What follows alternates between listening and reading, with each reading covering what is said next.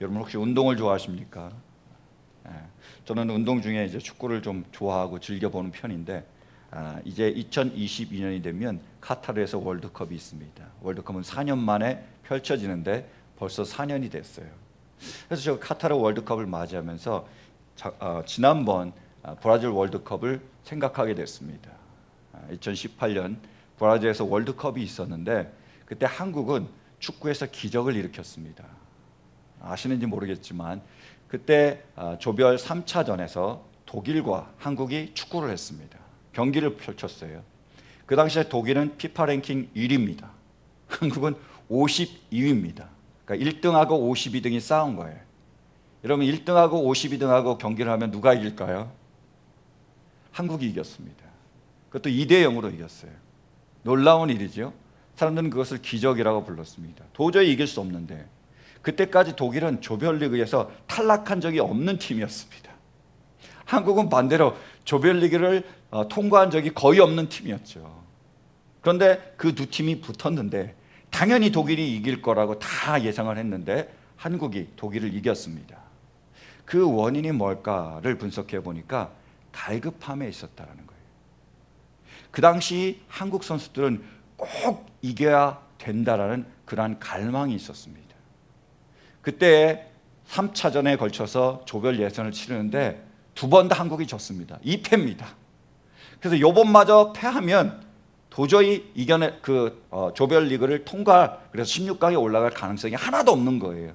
무조건 이기고 나야 그래도 신랄 같은 희망이 있기 때문에 그 경기를 치를 때 보니까 진짜 목숨 걸고 하더라고요. 죽으라고 그냥 죽기 살기로 그들이 축구를 했습니다. 그래서 그 보고에 의하면 그 당시에 조별리그 예선을 치르는데 각 나라 수많은 나라가 참여해서 조별리그 예선을 치렀잖아요. 근데 그 치른 나라 중에 가장 많이 뛴, 가장 열심히 뛴 나라가 어디냐? 바로 한국이었습니다. 그랬기에 한국은 독일을 이길 수 있었죠. 죽기 살기로 내가 꼭 이겨야 되는 그런 갈망이 있었기 때문에 그들은 독일을 이기고 한국의 그 축구의 기적을 낳을 수 있었습니다. 그러면 여러분은 어떤 갈망을 가지고 계십니까? 여러분이 정말 꼭 이루기를 원하고 꼭 얻기를 원하고 꼭 이루어지기를 바라는 것, 여러분의 갈망은 무엇입니까? 우리는 보통 돈에 대해서 갈망하게 되죠. 돈이 정말 필요하고 돈을 얻기를 원합니다. 꽤 오래된 일이었지만 제가 이제 성도님들 위해서 새벽에 이제 중보하면서 기도하는데 한 성도님이 생각났습니다. 그래서 그 성도님 가정이나 사업장에 갔으면 좋겠다. 그 사업을 위해서 축복해 줬으면 좋겠다라는 마음이 들더라고요. 제가 연락을 했습니다. 집사님, 제가 사업장에 들려서 사무실에 들려서 축복하며 기도하기를 원하는데 괜찮으실까요? 라고 여쭤봤더니 이러시는 거예요. 사무실이 없대요. 너무 어려워져서 이제 사무실은 문을 닫고, 미국에 있는 사무실은 문을 닫고 멕시코로 건너가서 거기서 또 공장을 하고 계시는 거예요. 그래서 월요일 날 가셔서 목요일 날 오신다든지 아니면 더 늦어지면 금요일 날 오시는 거예요. 얼마나 힘드시겠어요. 참으로 힘들겠다, 참으로 어렵겠다라는 생각을 하게 됐습니다. 왜 멕시코까지 갈까요? 왜 그렇게 힘든 일을 해야 됩니까? 우리에게 물질이 필요하기 때문이고 물질에 대한 갈망이 있기 때문이죠. 그래야 우리가 살 수 있으니까요. 또한 우리는 우리의 건강에 대한 갈망도 가지고 있습니다. 다 건강하기를 원하잖아요. 또 내 건강을 잃을까 봐 두려워하고 있습니다. 제가 이제 오래전에 저희 아내와 함께 한 성도님을 만나서 그 성도님과 이제 점심을 같이 했습니다. 근데 저는 제 아내와 갔고 그 성도님은 그 성도님의 어머님하고 나오셨더라고요. 근데 그 성도는 우리 교회 교인은 아니었고 저희가 옛날에 이제 제자 훈련을 할 때 저희 교회에서 제자 훈련을 받았던 분입니다. 그래서 그래도 계속 이제 관계를 유지하고 있었는데 그분과 만나서 저희가 점심 식사를 하게 됐습니다. 식사하면서 그분이 그러시더라고요. 자기가 얼마 전에 자기 친구를 위해서 병원에 갔다라는 거예요. 이 친구가 암에 걸린 겁니다. 그래서 라이드를 해줄 사람이 필요하니까 아침 일찍 그 친구를 데리고 쉴마에 있는 USC 병원에 가서 그 친구가 키모테라피 모든 치료를 다 받을 때까지 기다리고 있다가 끝나고 저녁 늦게 그 친구를 데리고 왔다 이렇게 얘기하시더라고요. 근데 그 병원에 가보니까 암에 걸린 분들이 참 많았다. 참 마음이 아팠다.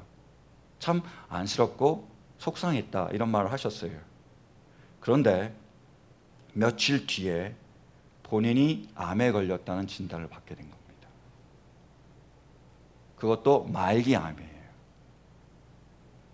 그래서 자기의 그 암에 걸린 부분을 다 잘라내고 또 전이까지 됐대요. 그래서 그분이 지금 키모테라피를 받고 있는 중이었습니다. 그때 이제 식사를 하러 나오셨는데 모자를 썼더라고요. 전에 안 쓰던 모자를. 그런데 모자 밑을 보니까 머리가 많이 빠지신 거예요. 머리숱이 거의 없으시더라고요. 아마 키모를 받으면서 그 부작용으로 인해서 그런 현상이 나타나는 거죠. 우리는 건강하길 원합니다. 건강에 대한 그런 갈망을 가지고 있죠. 뿐만 아니라 우리는 자녀에 대해서도 우리의 소원이 있습니다. 갈망이 있죠. 정말 우리 간절한 바람이 있지 않습니까? 그때 한 성도님이 이런 적이 있어요. 그 성도님이 저녁 늦게까지 일을 하셨습니다. 집에 돌아왔어요. 그래서 저녁을 먹으려고 하는데 혼자 있으면 아무렇게나 차려서 먹을 수 있지만 그래도 자기 아들이 있으니까 그렇게는 못해서 그 아들을 위해서 볶음밥을 만들기 시작하셨습니다. 고기도 꺼내서 썰고 양파도 썰고 당근도 썰고 그 야채까지 넣어서 영양도 풍부하게 그렇게 맛있게 볶음밥을 만들어서 이제 아들과 같이 먹는 거예요. 근데 볶음밥을 먹는 아들의 표정을 보니까 영 꽝입니다. 거의 돌을 씹듯이 먹는 거예요. 양파나 뭐 당근이 싫었나 보죠. 그래서 억지로 먹는 그 모습을 보니까 이 성도님이 화가 팍 난 거예요. 그래서 그 밥 먹는 상을 쾅 때리셨대요. 그래서 보니까 그 이제 며칠 뒤에 주일날 보니까 손에 붕대를 감고 오신 겁니다. 쾅 쳐가지고 다쳐가지고. 그렇지만 그 아이를 향한 자녀를 향한 늘 잘 되기를 바라고 그 아이가 정말 좋은 길을 가기를 바라는 그러한 갈망을 가지고 있는 거죠. 우리 모두가 그런 갈망을 가지고 있습니다. 우리가 갈망을 갖는 이유는 그게 채워지지 않기 때문이죠. 돈이 풍족하면 우리가 왜 돈에 대한 갈망을 하겠어요? 우리 자녀가 잘 되고 있으면 우리 걱정할 필요가 없겠죠. 그렇지 않다라는 겁니다. 여러분, 우리 하나님은 전능하신 분입니다. 능치 못할 일이 없으시잖아요. 그분은 풍성하신 분입니다. 차고 넘치시는 분이에요. 아니 그러면 우리 아버지라고 하시면서 그렇게 전능하시고 그렇게 풍성하신 분이 풍성하게 우리에게 부어주면 안 됩니까? 그잖아요. 우리가 돈이 풍족하게 넘도록 그래서 우리 이웃과 나누도록 좀 주시면 어떻습니까? 우리 건강을 지켜주셔서 정말 우리가 건강하게 주님이 부르신 그날까지 건강하게 있다가 가면 좋잖아요. 왜 그럴까요? 왜 이런 갈망을 우리에게 허락하셔서 우리를 왜 이렇게 힘들게 하십니까? 그 이유 중에 하나는 실은 그러한 갈망이 우리를 하나님께로 가까이 인도할 수 있기 때문입니다. 그러한 갈망이 있기 때문에 우리는 그 갈망을 통해서 더욱더 하나님을 찾게 되고 하나님을 갈망하게 됐기 때문입니다. 그것이 오늘 우리에게 주신 본문의 말씀입니다. 오늘 우리에게 주신 이 말씀은 고라 자손의 노래입니다. 근데 고라 자손의 그 노래를 자세히 보면 그들은 하나님을 열심히 갈망하고 있다는 것을 알 수 있습니다. 우리 한번 말씀 보실까요? 2절. 내 영혼이 하나님 곧 살아계신 하나님을 갈망하니 내가 언제 하나님께로 나아가 그 얼굴을 배울 수 있을까? 지금 시편 저자는 하나님을 갈망하고 있습니다. 내가 그 얼굴을 보고 싶다. 내가 하나님께 가까이 가고 싶다. 하나님 만나고 싶다라는 그 하나님을 향한 영혼의 갈망이 있었습니다. 이 시대의 배경을 보면 당시 이스라엘 백성들은 유다 백성들은 바벨로니아 포로로 잡혀간 상태입니다. 그때 하나님의 말씀을 듣지 않고 하나님께 불순종하며 우상을 숭배하니까 하나님이 바벨론에게 그들을 붙여주셨죠. 그래서 그들이 바벨론과 전투를 하고 패배를 하고 포로로 바빌로니아로 끌려갔습니다. 그러니까 이 시편 기자가 자기가 예루살렘에서 자기의 고향에서 하나님을 예배하던 때를 그리는 겁니다. 내가 그때 하나님께 나와 그 성전에 들어가 하나님을 예배했는데 내 동료들과 함께 찬양하며 하나님을 높여드리며 그 은혜 안에 거했는데 다시 내가 예루살렘으로 돌아가고 싶다. 다시 그 예루살렘에서 내가 그 성전에서 주님을 찬양하며 주님께 영광 돌리며 함께 기뻐하며 함께 주님만을 높여드리기 원한다라는 그러한 갈망을 노래하고 있습니다. 이런 갈망을 가지고 있는 거예요. 그런데 지금 상황은 그렇지 않은 거죠. 우리 3절 말씀 보실까요? 사람들은 날이면 날마다 나를 보고 너의 하나님이 어디 있느냐 하고 비웃으니 밤낮으로 흘리는 눈물이 나의 음식이 되었구나. 지금 상황은 어떠냐면 바빌로니아 포로로 잡혀 있습니다. 사람들이 바빌로니아 사람들이 비웃는 거예요. 그 당시에 고대 시대의 전쟁은 그들이 섬기는 신하고도 연결이 되어 있습니다. 바빌로니아하고 유다하고 싸웠죠. 바빌로니아가 이겼습니다. 그러니까 사람들은 어떻게 생각하냐면 바빌로니아인들이 믿고 섬기던 마르둑이 유다가 섬기던 하나님을 이겼다고 생각한 겁니다. 우리의 신이 더 우수하니까, 우리의 신이 더 전능하니까, 우리의 신이 더 뛰어나니까 그 여호와보다 더 뛰어나기 때문에 우리가 이겼다고 생각하는 거예요. 그러니까 하나님을 조롱하는 거지요. 여러분, 어떤 상황인지 우리가 상상이 되지 않습니까? 내가 전쟁에 졌습니다. 내가 사업에 실패했습니다. 내가 포로로 끌려갔습니다. 내가 정말 힘들고 어려운 상황에 있어요. 근데 사람들이 비웃는 거예요. 네가 잘 믿는 하나님이 어디냐? 어떤 느낌이겠어요? 내가 지금 힘들고 어려운 것도 힘든데 이 힘든 걸 보면서, 나의 상황을 보면서 사람들이 내가 믿는 하나님을 조롱하는 겁니다. 하나님 믿으면 축복받는다면서, 하나님 믿으면 잘 된다면서, 니네 하나님 어디 있니? 네가 잘 믿는 그런 하나님 어디 있니? 그 축복의 하나님이 어디 있니? 나로 인해서 하나님이 욕먹는 거죠. 얼마나 괴롭겠습니까? 얼마나 힘들겠어요. 또 9절 10절 말씀 보실까요? 자, 보십시오. 이렇게 노래하는 거예요. 나의 반석이신 하나님께 호소한다. 어찌하여 하나님께서 나를 잊으셨습니까? 어찌하여 이 몸이 원수에게 짓눌려 슬픈 나날을 보내야만 합니까? 원수들이 날마다 나를 보고 내 하나님이 어디에 있느냐라고 빈정대니 그 조롱소리가 나의 뼈를 부수는구나. 내가 지금 포로로 끌려갔습니다. 내가 지금 너무나 힘들어요. 내가 지금 너무나 어려워요. 근데 사람들이 제가 믿는 하나님마저 조롱합니다. 너무나 슬프다는 거예요. 뼈를 부술 것 같은, 뼈가 부서지는 그런 고통이 있습니다. 신음이 있습니다. 아픔이 있습니다. 너무 괴로운 거예요. 너무 어려운 겁니다.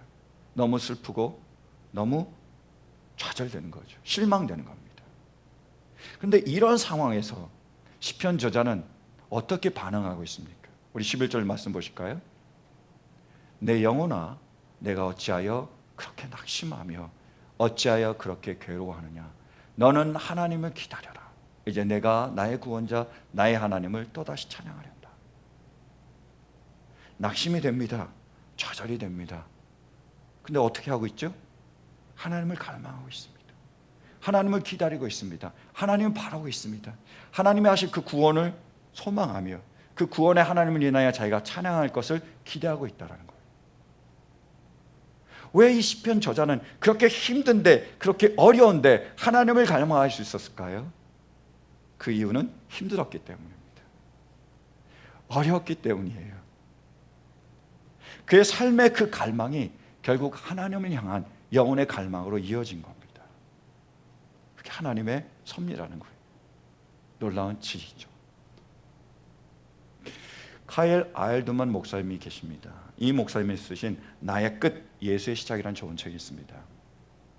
그 책에 보면 이런 일화가 나와요. 간증이 나옵니다. 브라이언이라는 사람이 있습니다. 이 사람이 밤중에 그 목사님에게 전화를 한 거예요. 그래서 목사님하고 이제 신방을 하게 됐습니다. 그 목사님하고 신방을 하면서 어렵게 말을 꺼냈습니다. 자신의 18개월 된 아들이 있는데 차사고로 죽었다는 겁니다. 그래서 그 카일 알드먼 목사님 할 말이 없는 거잖아요. 자기의 18개월 그 얼마나 귀한 아들이겠어요. 그 아장아장 걸어가는 그 아이가 죽었다는데 아무 말도 안 하고 있는데 이렇게 덧붙였습니다. 실은 제가 그 아이를 쳤습니다.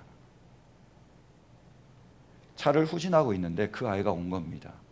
못 봤어요. 차로 그 아이를 쳐버린 겁니다.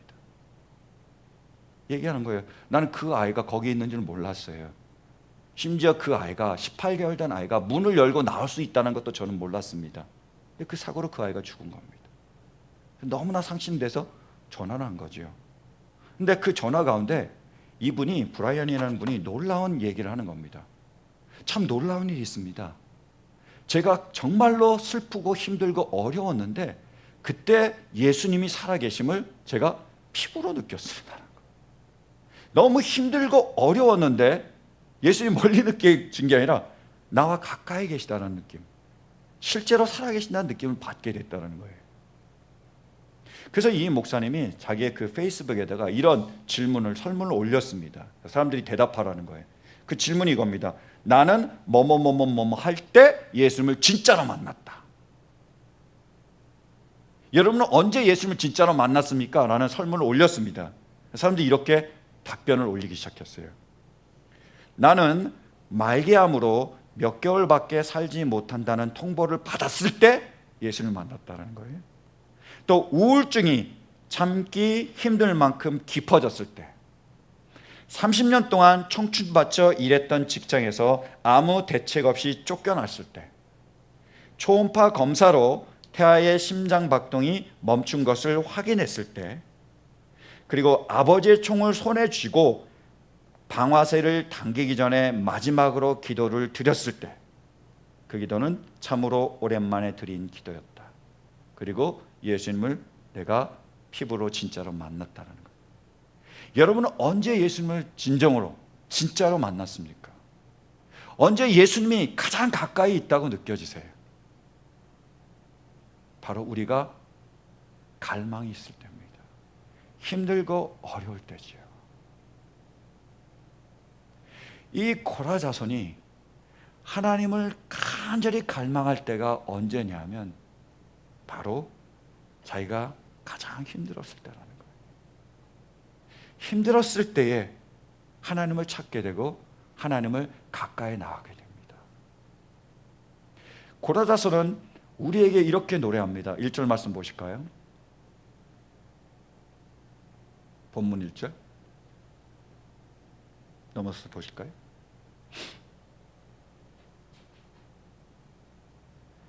하나님, 사슴이 시냇물 바닥에서 물을 찾아 헐떡이듯이 내 영혼이 주님을 찾아 헐떡입니다.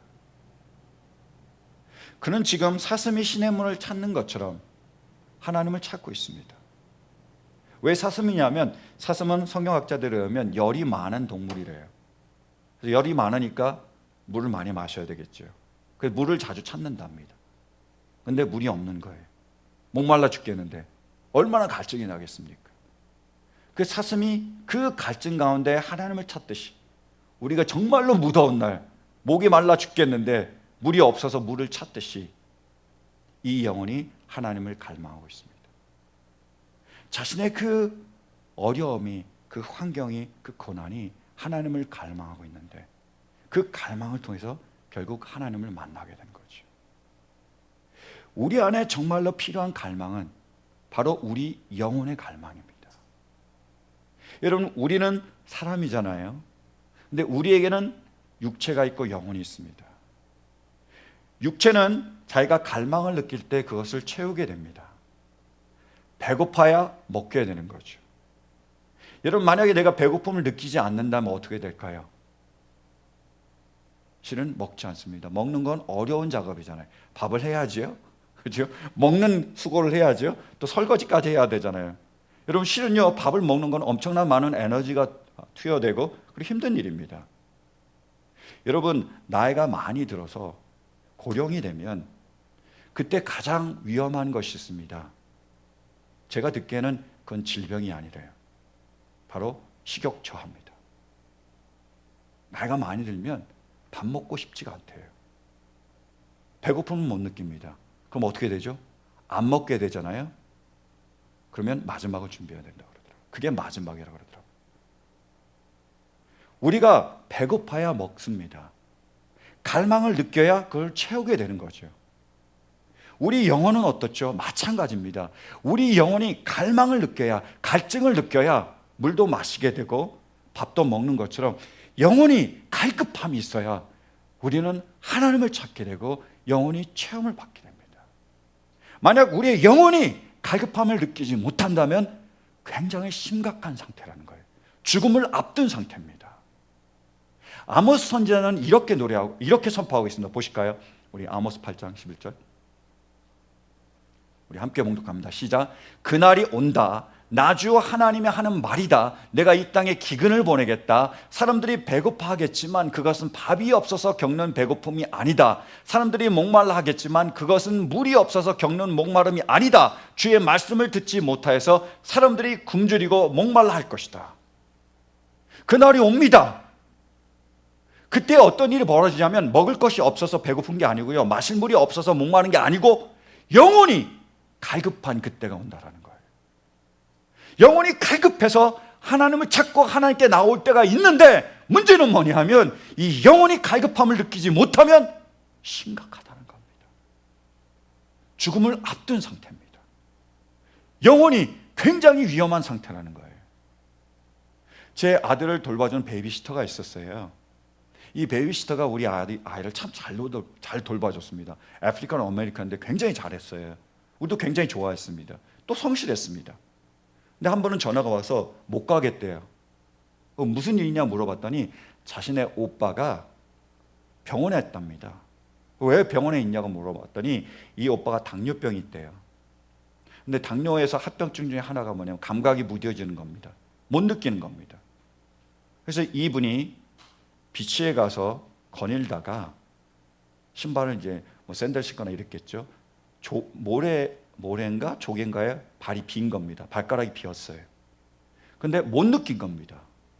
상처가 있었는데 균이 들어왔는데 못 느낀 거예요. 통증을 느껴야 되는데 그대로 놔뒀습니다. 나중에 그게 썩어버린 겁니다. 고사가 된 겁니다. 그래서 그 오빠가 발가락을 자르는 그런 수술을 했고, 그 오빠를 케어하기 위해서 병원에 간다고 얘기한 겁니다. 만약 조개에 비었는데 자기가 상처를 입었는데 빨리 치료했다면 됐겠지요. 문제가 없었을 겁니다.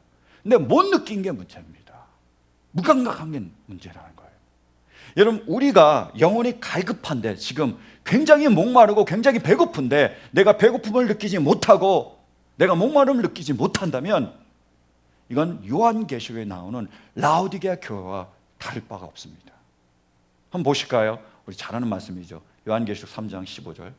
나는 내 행위를 안다. 너는 차지도 않고 뜨겁지도 않다. 내가 차든지 뜨겁든지 하면 좋겠다. 내가 이렇게 미지근하여 뜨겁지도 않고 차지도 않으니 나는 너를 내 입에서 뱉어버리겠다. 너는 풍족하여 부족한 것이 조금도 없다고 하지만 실상 너는 내가 비참하고 불쌍하고 가난하고 눈이 멀고 벌거벗은 것을 알지 못한다. 이렇게 얘기합니다. 라오디게아 교회가 있는데, 7교회 중에 라오디게아 교회가 있는데 예수님께서 말씀하시는 거예요. 너는 차지도 않아. 넌 뜨겁지도 않아. 너는 나를 향한 뜨거운 열정이 있는 것도 아니고 나를 떠나서 아주 차가운 것도 아니야. 미지근하다. 내가 역겹다라고 얘기하시는 겁니다. 근데 그 이유가 뭐죠? 영혼이 갈급함을 모르고 있는 겁니다. 물질적으로 풍성합니다. 건강해요. 그리고 내 노후보장까지 다 됐습니다. 걱정할 게 없습니다. 그러면서 나는 풍족해, 나는 부족함이 없어, 나는 잘 살고 있어, 나는 잘하고 있어 라고 생각한 거죠. 실은 그 영혼이 헐벗은 겁니다. 영혼이 굶주는 거예요. 영혼이 목마른 겁니다. 못 느끼는 거예요. 하나님을 찾지 않는 거죠. 하나님께 나오지 않습니다. 하나님을 갈망하지 않습니다. 그분의 나라와 의를 구하지 않습니다. 그냥 이렇게 살아가는 겁니다. 그것이 가장 큰 문제였습니다. 사랑하는 성도 여러분, 이 시대의 가장 큰 문제는 뭐죠? 심지어 교회를 열심히 다니고 열심히 봉사한다는 그런 사람들도 가장 큰 문제가 뭐냐면 자신의 영혼이 헐벗고 자신의 영혼이 굶주렸고 내 영혼에 갈망이 없는 것, 하나님을 향한 갈망이 없는 것, 그것이 가장 큰 문제입니다. 왜지요? 그러면 하나님을 찾지 않기 때문이죠. 하나님께 가까이 나올 수 없기 때문입니다. 배고프지 않으면 내가 먹을 것을 찾지 않고 내가 체험을 얻을 수 없는 것처럼 내 영혼의 갈급함을 우리가 느끼지 못한다면, 내 영혼의 소중함을 우리가 느끼지 못한다면 하나님을 찾을 수 없고 하나님이 주시는 생수를 누릴 수가 없습니다. 우리에게 가장 필요한 것이 뭐지요? 내 영혼을 바라게 보는 겁니다. 내 영혼이 하나님을 갈망하는 겁니다. 하나님께 나오는 거예요. 18세기의 조나단 에드워즈는 이렇게 선포합니다. 강렬하게 선포하는 거예요. 제가 그대로 전해드리길 원합니다. 이 설교가, 이 말씀이 우리 영혼을 깨울 수 있는 은혜가 있기를 간절히 기도합니다. 지금은 그리스도께서 은혜의 문을 활짝 열어놓으시고 큰 소리로 외치시며 불쌍한 죄인들을 부르고 계십니다. 지금은 그리스도의 날개 아래 모인 자들이 하나님의 나라로 밀려 들어가는 때입니다. 수많은 사람들이 매일 동서남북 천지 사방으로부터 나오고 있습니다. 당신이 현재 처해 있는 것과 같은 비참한 지경에 빠져 있던 수많은 사람들이 자기들을 사랑하고 계신 그분께 대한 사랑으로 자신들의 가슴을 채우고 지금은 아주 행복한 상태에 놓여 있습니다. 그들은 그리스도의 피로 자신들의 죄를 씻음받았으며 하나님의 영광에 대한 소망으로 기뻐하고 있는 것입니다. 이러한 때에 뒤에 남겨진다는 것은 얼마나 안타까운 일입니까? 당신이 갈망하며 야유어가고 있는 동안에 수많은 사람들이 잔치를 벌이고 있는 것을 보면서, 또 당신이 마음의 슬픔으로 애통해하며 영혼에 탄식하고 있는 동안에 다른 수많은 사람들은 노래를 부르며 기뻐하고 있는 것을 보면서 뒤에 남겨진다는 것은 비참한 일이 아닐 수 없습니다. 어떻게 그와 같은 상태에서 한순간이라도 쉬고 있을 수 있습니까? 당신의 영혼도 매일매일 그리스도께로 나오는 영혼들과 똑같이 소중한 한 영혼이 아닙니까? 사랑하는 성도 여러분, 마지막 때라고 부릅니다. 예수님께서 다시 오세요. 예수님께서 오셔서 예수님을 사랑하고 따랐던 그 수많은 예수님의 제자들을 부르시고 형제자매들을 부르시고 함께 잔치를 벌입니다. 함께 기뻐하며 함께 그 하나님이 주신 그 평안을 누리게 되겠지요. 그 잔치에 참여하는 것 얼마나 큰 기쁨입니까? 거기서 하나님을 찾는 것 얼마나 큰 영광이에요. 근데 그 잔치에 참여하지 못한다면, 뒤에 남겨진다면, 버려진다면, 슬프며 이를 갈미 있다면, 그것보다 슬프고 안타깝고 불쌍한 일이 어디 있습니까? 우리의 영혼, 영원한 하나님의 나라에서 주님과 함께할 이 영혼보다 귀한 것이 우리에게 어디 있습니까? 이 시간 주님의 은혜가 우리 가운데 임할 수 있기를 간절히 바랍니다. 세상의 것을 바라보는 그 시각에서 우리의 영혼을 바라볼 수 있는 눈이 뜰 수 있기를 간절히 바랍니다. 무엇보다도 우리 영혼이 배고픔을 느끼며 우리 영혼이 목마름을 느낄 수 있기를, 그래서 우리 영혼이 하나님께로 나올 수 있기를 간절히 바랍니다. 그분을 갈망할 수 있기를 간절히 바랍니다. 그분을 찾을 수 있기를 간절히 바랍니다. 그때 우리 하나님은 우리와 함께 하시며 그분의 생수로 우리를 채워주실 줄로 믿습니다. 우리 영혼이 주님 안에서 참된 만족을 누리게 될 줄로 믿습니다. 주님으로 인하여, 주님을 찾고 주님을 만남으로 인하여 내 영혼이 잘린같이 내가 범사에 잘되고 강건하기를 주님의 이름으로 간절히 축원합니다.